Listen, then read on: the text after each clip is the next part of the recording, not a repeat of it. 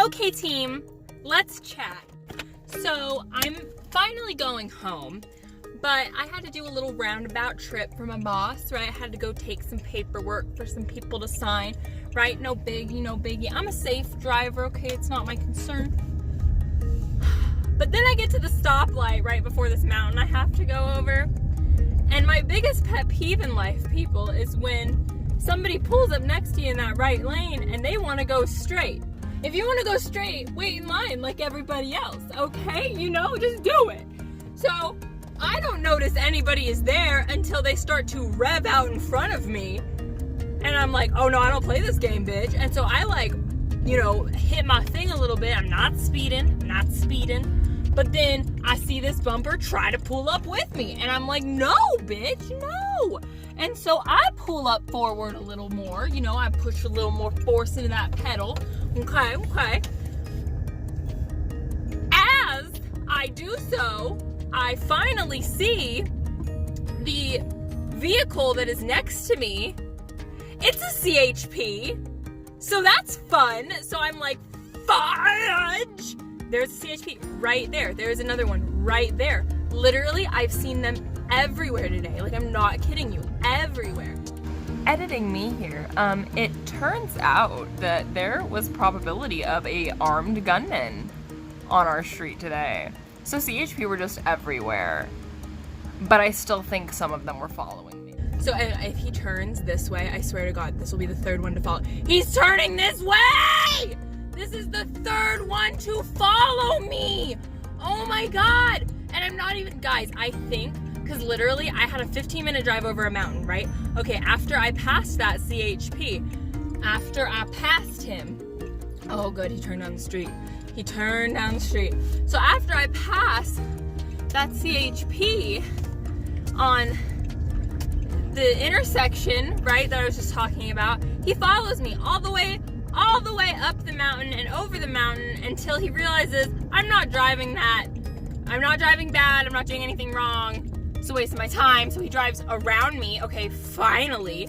When I get into town, he had zoomed his way up there and parked himself. And I feel like he was waiting for me. Like to see when I was like, oh, cop's gone. Just gonna screw it on up. And so he was waiting for me. I know it because when I got to the bottom of the mountain and I got into town, you best believe that boy turned around and went back the other way. Like back in to the town I came from. What? Why? Why are you leaving? Like and the thing is, what you don't understand if you don't live where I live, okay? A cop would not come from the town I'm from and go all the way to another one just to come right back, okay? Because he would stay over there because they don't have a lot of police and stuff, so I would assume he was like going there for his duty. He wouldn't get a call like, oh snap, something happened over the mountain. No, that's not what would happen. So I'm just like, okay, well, the second he went back up the mountain, I was like, that was for me. That was like a bait for me, but I was driving fine, so fuck you. I get to where I need to go. I turn in the paperwork I have to turn in. I get it signed. Everything's good. Turn back. I head back. And on my way back, there's another bait trap. They're just sitting there. He's just sitting there waiting. He's waiting for somebody to screw up.